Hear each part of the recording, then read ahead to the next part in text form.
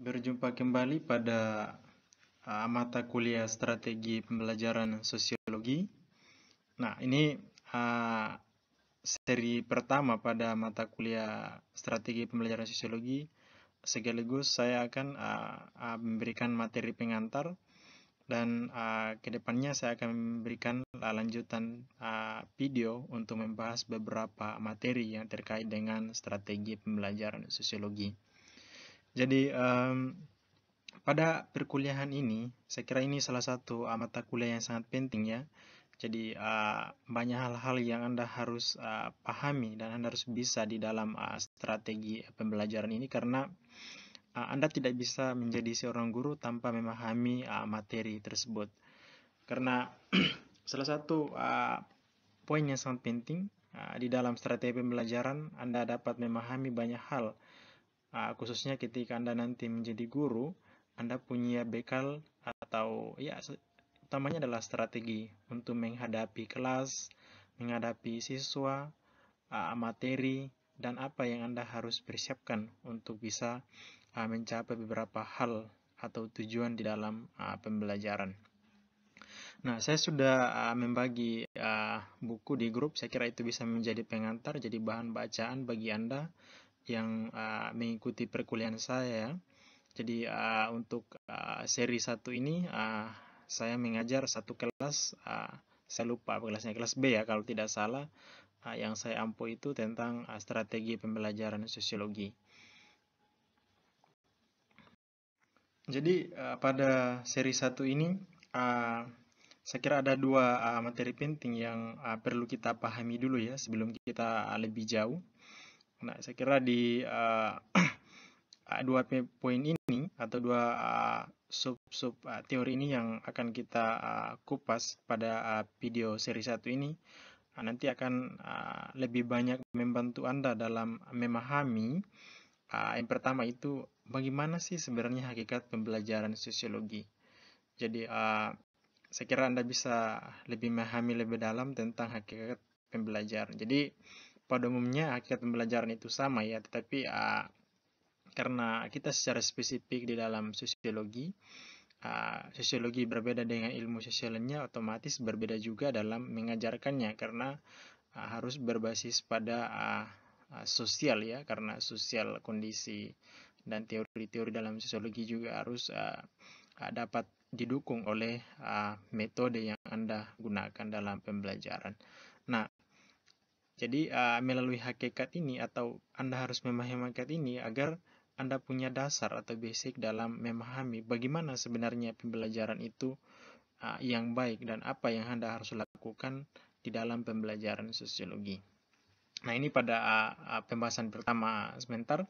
Nah, selanjutnya pada poin kedua nanti kita akan membahas tentang perbedaan ya. Jadi kita harus bisa membedakan antara yang mana yang dimaksud dengan strategi, yang mana yang dimaksud dengan pendekatan, metode, teknik, dan model pembelajaran. Jadi sekarang masih banyak yang masih bingung ya. Jadi tidak hanya si mahasiswa yang bingung, bahkan beberapa guru juga di sekolah masih bingung ya. Bahkan ada dosen juga yang bingung ya. Sulit membedakan antara strategi, pendekatan, metode, teknik, dan model ya. Jadi pada seri 1 ini saya sudah akan berikan pengantar dan Anda harus sudah bisa memahami dan bisa membedakan yang mana yang dimaksud dengan strategi, di mana posisinya, kapan dilakukan, terus pendekatan itu yang mana, posisinya yang mana. Nah, kemudian metode itu yang bagian yang mana sebenarnya di dalam pembelajaran, teknik sebenarnya yang mana, dan model pembelajaran yang mana. Nah, karena juga ada yang bertanya, sebenarnya ini apakah semua sekaligus include dalam sebuah pembelajaran? Iya, jelas. Cuma terkadang ada yang ditonjolkan dan kadang ada yang memberikan sebuah warna khusus. Makanya biasanya di dalam RPP itu biasa menggunakan metode pembelajaran ini atau strategi ini atau pendekatan ini. Tapi pada intinya itu akan include di dalam sebuah pembelajaran. Hanya saja kadang juga banyak orang bingung karena kalau menerapkan semua ini ada metode dan teknik, ada yang agak kaku ngajarnya. Jadi terkadang hanya salah satu yang ditonjolkan, meskipun pada intinya adalah mencakup juga strategi. Karena kalau tidak mengikut semua di dalam beberapa ini yang kita maksudkan ini, itu saya kira bagi yang sudah senior, misalnya guru yang sudah senior dan cukup memahami sebuah metode itu, dia akan natural ya, tumbuh di dalam sebuah pembawaannya dalam mengajar. Tapi bagi yang pemula, memang harus memahami dulu sebenarnya ini kapan saya harus gunakan tentang pembelajaran ini. Ya, khususnya bagi Anda yang masih pemula ya, saya kira Anda harus memahami dulu untuk bisa menjadi lebih guru yang profesional ke depannya ya, apalagi kalau sudah terbiasa. Nah, nanti materi-materi atau teori sosiologi atau bahan materi apapun, Anda akan secara natural strategi, pendekatan, metode, teknik, dan model itu akan include di dalam ketika Anda sudah mengajar. Anda hanya memahami, oh, materi strategi ini seperti ini. Anda akan secara secara cepat ya, bukan alami ya, tetapi secara cepat dapat menggabungkan di dalam pas Anda melakukan sebuah praktek pembelajaran. Nah, khususnya metode ya, ketika Anda sudah melakukan sebuah pembelajaran. Nah, saya kira itu, dan pada selanjutnya kita akan mulai dari hakikat pembelajaran sosiologi. Sekarang kita masuk pada pembahasan hakikat pembelajaran sosiologi. Jadi di dalam pembahasan ini saya memberikan poin-poin penting yang saya rasa itu cukup menarik untuk kita diskusikan. Dan selebihnya di dalam hakikat sendiri saya berangkat dari pengalaman saya sendiri ya. Jadi saya pernah menjadi guru sebelum jadi dosen ya. Saya pernah mengajar sosiologi di SMA. Jadi ada beberapa hal yang saya kira ini yang cukup sentral ya untuk kita kaji bersama. Selain itu saya mengambil dari beberapa buku yang relevan dan saya sudah share ke teman-teman semua untuk bisa dipelajari dan dibaca agar bisa dijadikan pedoman di dalam pembelajaran. Nah, hakikat pembelajaran sosiologi ini akan dijadikan sebagai pondasi di dalam sebuah pembelajaran. Jadi Anda diharapkan untuk memahami hakikat pembelajaran agar kedepannya bisa mengetahui sebenarnya. Jadi pembelajaran itu sebenarnya apa, tujuannya untuk apa. Nah, ketika Anda sudah sampai pada tahap hakikat ini, maka hakikat pembelajaran itu sudah menjadi bagian di dalam konsep ya. Konsep di dalam di dalam diri Anda atau mindset Anda ketika akan melakukan sebuah pembelajaran di dalam kelas. Jadi itu akan melekat ya. Jadi hakikatnya itu sudah menjadi hakikat atau menjadi bagian dari diri Anda. Jadi Anda harus seperti itu ya. Itu yang sifatnya agak metafisik, tapi itu akan secara menjadi bagian istilahnya doktrin. Tapi saya kira ini bukan pembelajaran, kita hindari istilahnya doktrinasi ya, tetapi menjadi sebuah pengembangan wawasan. Nah, yang pertama adalah pembelajaran sosiologi dimaksudkan untuk menggugah daya nalar, logis, dan daya kritis siswa terhadap fenomena-fenomena yang terjadi di lingkungan masyarakat. Jadi kunci utama di dalam pembelajaran sosiologi adalah tujuannya untuk menggugah daya nalar. Nah, ini yang guru itu harus ketika Anda menjadi guru, yang penting untuk Anda lakukan adalah Anda dapat menggugah atau membangkitkan nalar siswa Anda. Kemudian Anda harus mengantarkan pada cara berpikir yang logis ya. Logis itu sama dengan ilmiah, rasional ya, masuk akal ya. Jadi mengajar sosiologi ya tidak hanya sifatnya konseptual atau hanya sekedar sebenarnya ya hal-hal yang sifatnya dongeng ya, tetapi Anda harus melihat di dalam masyarakat yang realnya seperti apa. Kalau memang ada pohon kelapa terbang, maka Anda bisa menunjukkan di dalam masyarakat kalau memang itu ada. Kalau tidak, berarti itu tidak logis, maka itu tidak perlu diajarkan. Nah, sosiologi mengajarkan ya seperti itu. Nah, makanya ada beberapa hal yang sifatnya agak-agak mistik ya, tapi itu memang secara sosiologis, kalau kita masuk ke dalam paham positivis, Anda mengajarkan pada mahasiswa itu pasti siswa ya, maksudnya siswa, maka cara berpikirnya akan ngambang, melayang-melayang. Karena kenapa? Karena mereka tidak pernah mengalami hal yang demikian. Jadi ngajar atau Anda mengajar mahasiswa, berikan materi, contoh, dan seterusnya harus yang sifatnya logis. Kemudian yang sangat penting adalah Anda harus bisa membangkitkan daya kritis.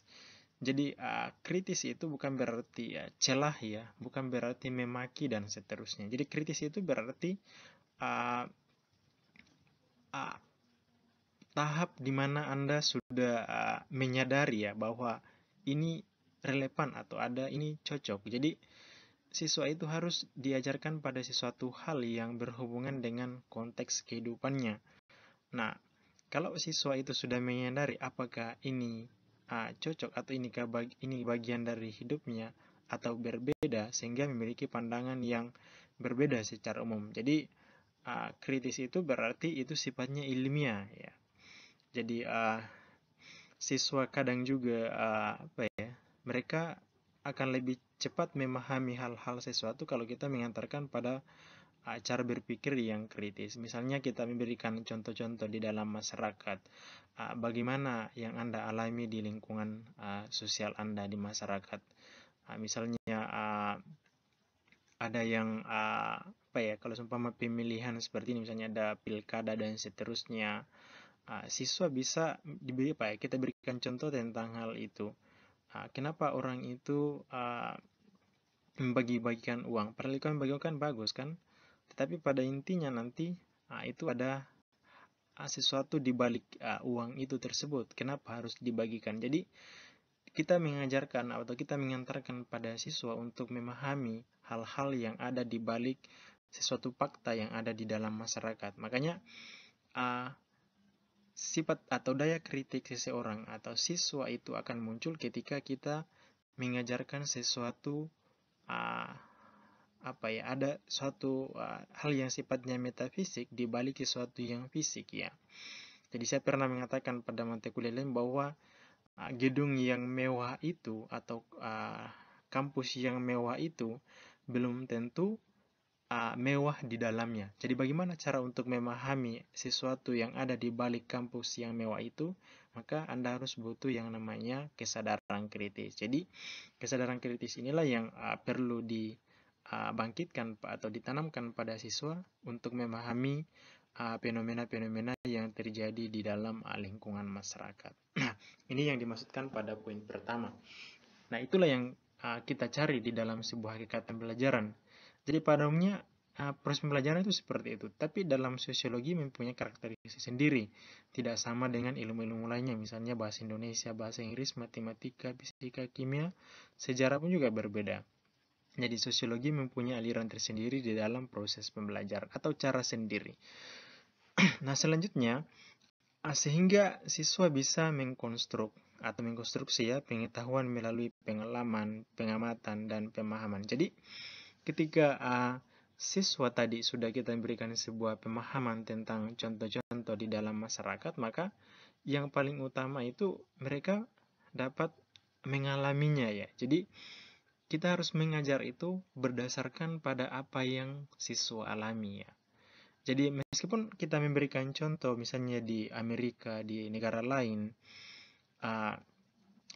dapat kita berikan contoh yang seperti itu, tetapi juga kita harus berikan contoh yang ada di lingkungannya. Jadi apa yang mereka pahami otomatis nanti dapat memberikan sebuah imajinasi atau ada sebuah konstruk pemikiran di dalam pemikirannya untuk memberikan sebuah pandangan terhadap suatu objek pemikiran atau subjek dan seterusnya. Nah, itu akan muncul sendiri di dalam kerangka berpikir siswa ketika mengalami sesuatu yang kita yang mereka sudah alami.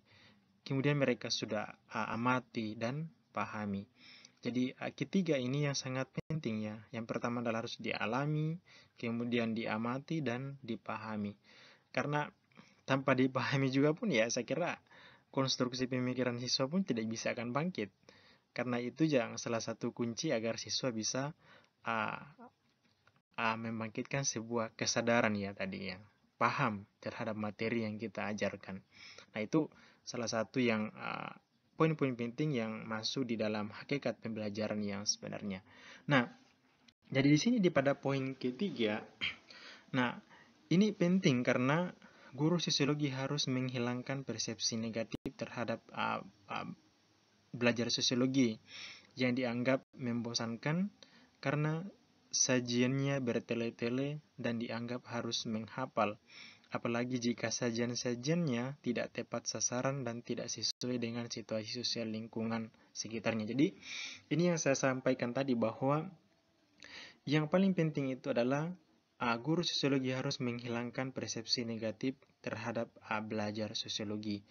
Jadi saya juga mengalaminya ya, ketika saya melakukan survei dulu di salah satu sekolah di Jogja, dan saya juga mengajar dulu di sekolah di Sulawesi. Ya, hampir beberapa yang kami lakukan sama teman-teman saya itu, semua siswa itu merasa jenuh, malas belajar sosiologi. Nah, setelah kita telusuri lebih jauh, ternyata kesalahan dari guru sendiri. Kenapa? Guru yang paling utama itu guru memaksa siswa untuk menghafal. Padahal di dalam pembelajaran sosiologi itu tidak ada menghafal di dalam pembelajaran sosiologi. Nah, tadi kita sampaikan bahwa pembelajaran sosiologi itu intinya adalah pengalaman, pengamatan, dan pemahaman.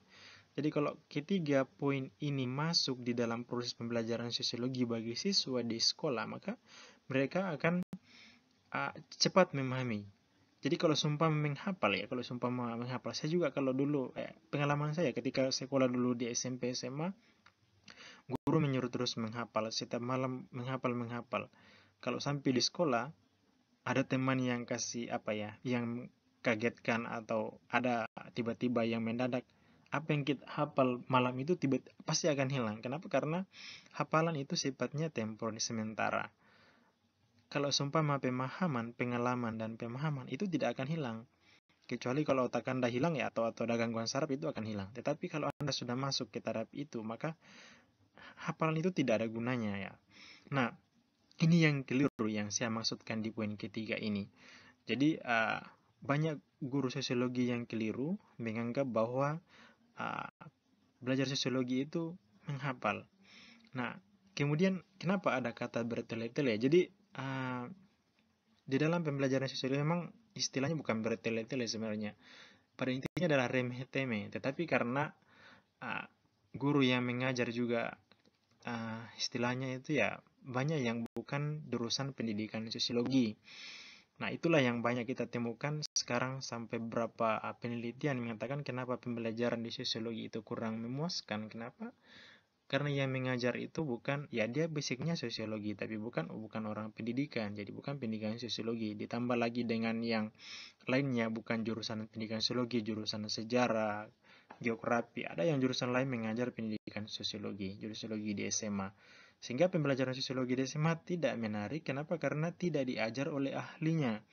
Nah, bagaimana kalau misalnya kalau Anda mau naik pesawat ya, kalau seumpama Anda mau naik pesawat, terus yang jadi pilotnya itu adalah sopir taksi tapi sangat profesional, kalau tiba-tiba dia yang jadi pilot pesawat, apakah Anda mau naik di atas pesawat itu? Ya sama juga dengan mengajar pembelajaran juga. Sama-sama bisa mengendarai sebuah kendaraan untuk membawa penumpang.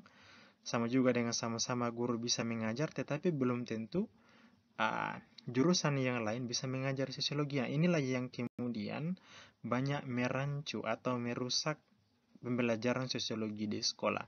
Nah, ini bukan ramalan saya atau bukan karangan saya, tetapi ini adalah hasil beberapa penelitian yang dilakukan oleh banyak orang, khususnya orang sosiologi sendiri, guru sosiologi sendiri di sekolah-sekolah. Nah, ini yang perlu kita pecahkan di NTT, karena hampir di beberapa sekolah di NTT bukan orang pendidikan. Nah, sama juga kalau Anda yang jurusan pendidikan sosiologi, tapi kalau tidak bisa ngajar, itu kan juga namanya omong kosong ya. Jadi Anda harus juga memahami, paham materinya, bagaimana cara ngajarnya. Jadi Anda harus menguasai tentang bagaimana sebenarnya pembelajaran itu. Nah, kemudian kita lihat bahwa banyak juga yang ngajar tidak sesuai dengan kondisi lingkungan sosial masyarakat. Jadi tadi saya bahas bahwa ngajar itu harus berdasarkan pada kondisi sosial masyarakat atau lingkungan siswa, atau berdasarkan pada pengalamannya, pengamatan, dan pemahamannya.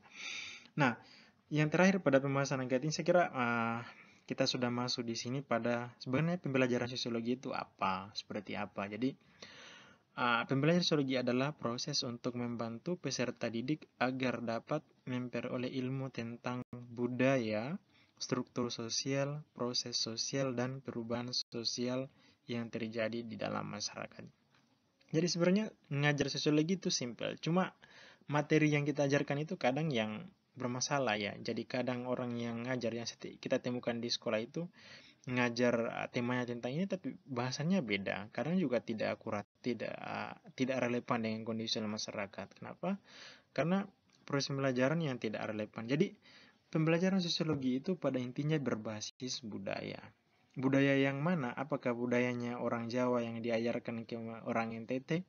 Saya kira itu keliru. Itu bisa contoh, tetapi realnya yang perlu ditanamkan pada mahasiswa di NTT adalah budaya orang di NTT sendiri, di apa sukunya, dan seterusnya.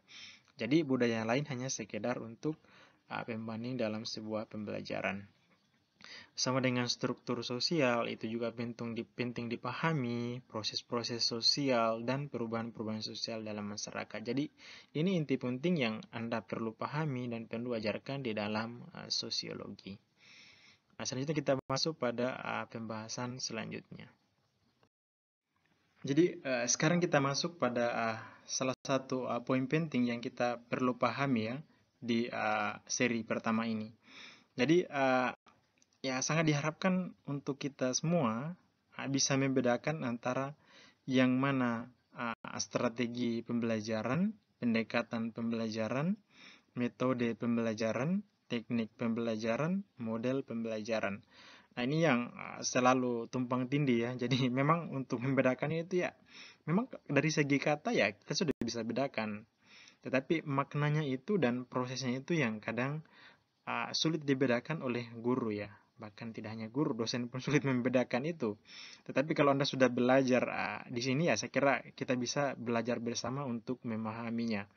Nah, yang pertama itu pada proses pembelajaran sebenarnya memang diawali dari strategi ya. Jadi kita lihat di sini bahwa strategi pembelajaran adalah suatu perencanaan, konsep atau siasat yang harus dilakukan guru agar tujuan pembelajaran dapat dicapai secara efektif dan efisien ya. Jadi strategi itu sebenarnya awal ya. Jadi awal untuk melakukan sebuah pembelajaran kita sudah punya strategi ya. Jadi misalnya saya kasih contoh ya, kalau Anda kasih contoh tentang bola ya. Jadi pelatih itu ketika ingin melakukan sebuah pertandingan pada klub yang dilatihnya itu pasti mengatur sebuah strategi. Jadi strategi itu sebenarnya sudah ada di luar pada saat proses pembelajaran berlangsung. Itu di awal ya, diawali dan kemudian juga sampai akhir. Jadi uniknya itu strategi itu mulai dari awal sampai akhir, tetapi strategi itu sudah kita susun dari awal. Jadi nanti strategi itu yang akan menentukan selanjutnya. Jadi di sini kenapa saya katakan misalnya juga strategi juga kan bisa kita pakai dalam misalnya orang untuk berperang harus punya strategi untuk menaklukkan lawan. Bola, bagaimana strateginya untuk bisa mengalahkan lawan. Jadi nanti di dalamnya punya formasi dan seterusnya. Nanti juga kita di dalamnya punya pendekatan, di dalamnya juga nanti punya metode pembelajaran, teknik pembelajaran, dan juga model pembelajaran. Nah, di sini yang akan digunakan di dalam strategi pembelajaran. Jadi nanti strategi pembelajaran itu dapat mencakup poin-poin pendekatan, metode, teknik, dan model. Nah, ini jadi tergantung dari bagaimana Anda nanti memilih pendekatan apa, metode apa, teknik apa, model apa yang Anda gunakan di dalam pembelajaran untuk mendukung strategi yang Anda lakukan sehingga dapat mencapai ya, sama juga dengan main bola tadi, agar bisa mengalahkan atau bisa mengalahkan lawannya ya, atau bisa mencetak gol dan seterusnya. Nah, selanjutnya saya kira juga ini tadi ya, pendekatan ya. Jadi tadi ini kan penting tadi ya, jadi strategi pembelajaran, nanti jadi strategi pembelajaran sosiologi. Nah, ini yang dimaksudkan di sini.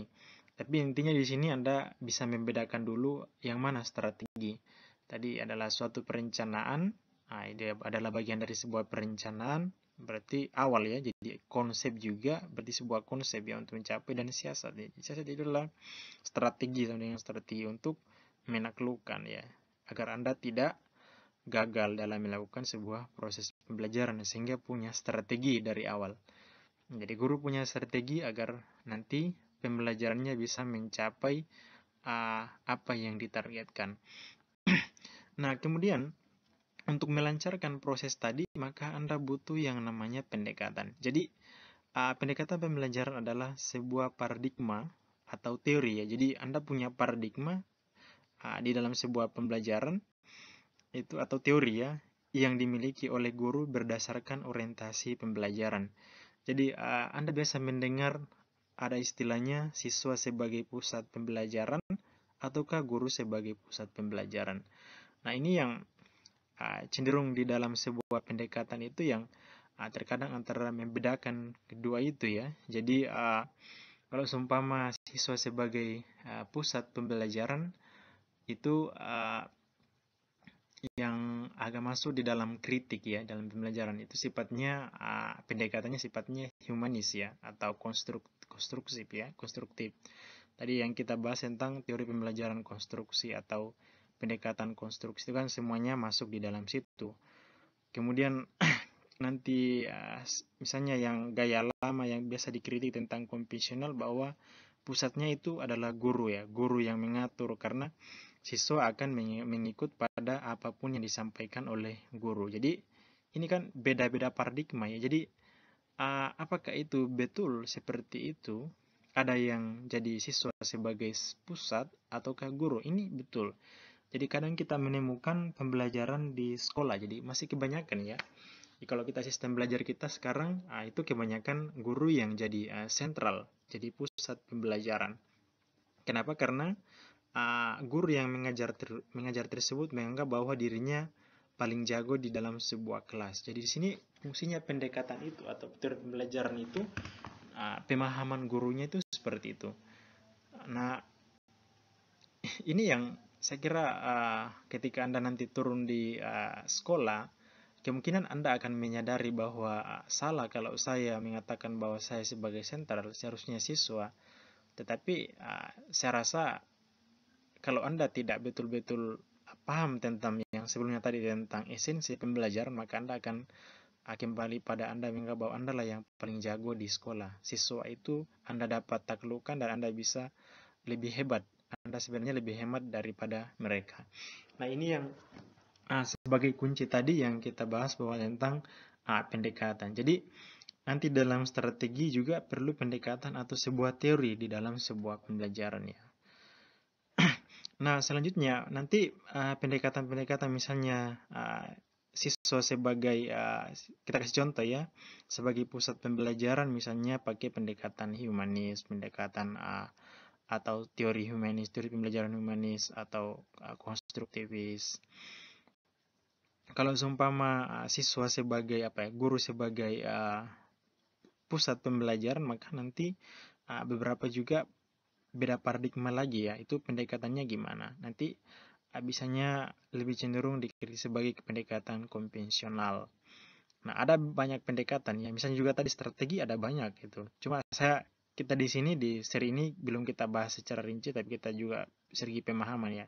Di slide selanjutnya kita akan bisa bedakan. Anda juga bisa mendownload di internet ya. Itu banyak sekali ya, sampai saya kira strategi itu pada intinya banyak, ada 8 itu yang biasa orang gunakan, salah satunya adalah expository dan lain-lainnya. Pendekatannya tiap banyak ya, pendekatan pakai humanis, konstruktivis, behavior, dan lain-lainnya ya. Anda bisa cari di internet, bisa juga cari di buku. Kalau yang saya uraikan itu ada hubungannya dengan pendekatan dan teori pembelajaran ya. Saya menggunakan pendekatan multikultural, humanis, ada kritis, ada reflektif dan seterusnya. Itu cukup membantu di dalam proses pembelajaran jika itu yang akan Anda tanamkan pada diri Anda dalam sebuah proses pembelajaran. Jadi yang dimiliki guru itu berdasarkan pada orientasi pembelajaran ya. Jadi maksudnya bekal ya, ataunya paradigma ya. Jadi kuncinya itu adalah paradigma. Nah, selanjutnya metode pembelajaran ini, metode pembelajaran sudah masuk ya. Jadi metode pembelajaran adalah cara atau prosedur langkah-langkah yang digunakan oleh guru secara praktis untuk mencapai tujuan pembelajaran. Nah, di sini kalau sudah masuk pada metode pembelajaran, itu sudah masuk pada ranah praktik ya, praktik. Itu Anda sudah menerapkan cara atau langkah-langkah tersebut atau prosedur tersebut pada siswa. Itu sudah dilakukan dalam proses pembelajaran. Jadi metode pembelajaran ini yang paling banyak di sini ya. Anda bisa nanti bisa mengelaborasi dan menggunakan sebuah penelitian atau proses pembelajaran ya. Anda sesuaikan ya. Jadi memilih metode pembelajaran ya Anda harus sesuaikan dengan materi yang Anda ajar. Jadi ada banyak materi yang diajarkan di SMA. Nah, sebagai guru Anda paham. Jadi kalau Anda tidak paham materinya otomatis bingung cari metodenya. Jadi metode pembelajaran itu disesuaikan dengan materi yang diajar. Karena materi nanti yang diajar itu sudah masuk pada praktik. Jadi kalau seumpama metodenya berbeda, kurang nyambung dengan materi, maka nanti mengajarnya kurang bagus, jadi kurang pas ya. Sama juga kalau seumpama Anda nanti masuk di dalam pohon, disuruh menebang pohon, seharusnya Anda bawa kapak atau alat penebang lain, Anda malah membawa pensil atau pulpen, kan tidak bisa menebang pohon ya. Jadi sesuaikan dengan alatnya itu. Jadi itu yang dimaksudkan dengan metode dan harus punya jadi turunannya ya. Jadi nanti metode ini dan pendekatan ini sudah bagian dari strategi. Jadi itu strategi itu dari awal sampai akhir ya. Nah, selanjutnya kita masuk pada teknik ya. Jadi bagaimana cara membedakan teknik dengan yang lainnya? Maka di sini kita lihat bahwa teknik pembelajaran adalah cara khusus untuk mengimplementasikan metode dalam sebuah proses pembelajaran. Jadi di sini saya sudah runutkan dari 1 sampai 5 karena ini posisinya memang sudah seperti ini dalam proses pembelajaran. Jadi agak struktural, tetapi sebenarnya pada intinya kalau saya kita harus terbebas juga dari struktural seperti ini. Jadi kita bisa melakukan tanpa harus terikat dengan proses ini. Kalau Anda sudah memahami, otomatis itu akan sudah menjadi bagian dari dalam diri Anda ketika mengajar ya. Jadi tidak harus terus modelnya seperti ini. Kalau saya sudah di sini harus ke pendekatan ini, harus ke metode ini, harus ke teknik ini, harus ke model ini. Jadi tidak seperti itu ya. Jadi Anda fokus saja. Nanti ketika Anda paham, saya mau rencananya begini strateginya ya. Oh, saya mau pendekatan ini bagusnya kalau saya jadi siswa saya pusatkan proses pembelajaran dipakai nanti metode pembelajaran seperti ini agar siswa menjadi pusat pembelajaran. Jadi posisinya seperti itu saja. Kemudian untuk menerapkan metode ini saya harus pakai teknik apa ya. Jadi Anda tinggal memilih seperti itu. Jadi tidak terlalu kaku sebenarnya. Memang susunannya di sini kaku, tapi kalau Anda sudah mempraktekkan itu jadi mudah sebenarnya. Nanti kalau metode ini tekniknya begini untuk menerapkan metode tersebut agar lebih akurat. Nah, seperti itu. Misalnya ini untuk mengimplementasikan metode sebuah dalam proses pembelajaran. Jadi teknik itu Anda sendiri yang sesuaikan dengan metode yang Anda ajarkan.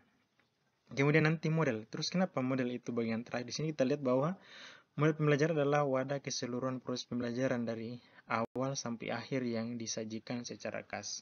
Nah, sebenarnya model itu ya, sekarang kan kita gunakan model pembelajaran seperti apa ya? Di masa pandemik, maka model pembelajarannya daring, dan seterusnya. Nanti punya strategi juga, ada strateginya agar bisa proses pembelajaran daring itu bisa berjalan. Maka sebenarnya tahapnya seperti itu. Jadi susunannya agak kaku, tapi sebenarnya pada implementasinya itu ringan kalau Anda pahami sebenarnya. Jadi mau pakai yang model pembelajaran daring itu yang kita usahakan itu salah satunya ya. Itu kasih contoh, itu istilahnya model sebenarnya. Maka nanti strateginya bagaimana untuk menyusunnya, jadi posisinya seperti itu. Jadi saya rasa untuk membedakan dari ke 5 ini saya kira Anda bisa menjadi sumber lain dan bisa juga cari referensi yang bisa mendukung, dan saya harap Anda bisa memahami pada video ini. Nah, silakan nanti lakukan diskusi ya dengan teman-temannya pada kolom komentar di bawah. Jadi saya minta pertanyaannya jangan kaku ya. Jadi bertanya itu layaknya seperti mahasiswa ya. Jadi pertanyaan itu jangan apakah yang dimaksud. Saya kira itu kurang agak kaku ya. Pertanyaannya sebuah analisis ya. Jadi agak kritis ya. Jadi saya bisa memahami bahwa Anda paham materi tersebut kalau Anda bisa mengelaborasi dan bisa memberikan pemahaman sebelum membuka sebuah pertanyaan. Ditulis dalam kalimat dan panjang itu tidak masalah. Lebih panjang argumennya saya lebih senang. Berarti Anda bisa mengelaborasinya. Asal jangan copy paste dari blog di Google terus nanti dipaste di kolom komentar. Itu malah kurang bagus dan saya bisa tahu kalau ini hanya copy paste saja. Yang saya butuhkan itu adalah argumen Anda sendiri. Nah, pertanyaan teman Anda, terus argumen Anda, argumen teman Anda bisa dikomentari, atau karena berbeda pendapat bisa diberikan komentar. Jadi silakan saja, karena saya akan menilai dari situ sejauh mana Anda memahami pada proses perkuliahan ini yang kita lakukan melalui YouTube. Saya kira pada perkuliahan di seri pertama, strategi pembelajaran sosiologi, cukup sampai di sini. Terima kasih.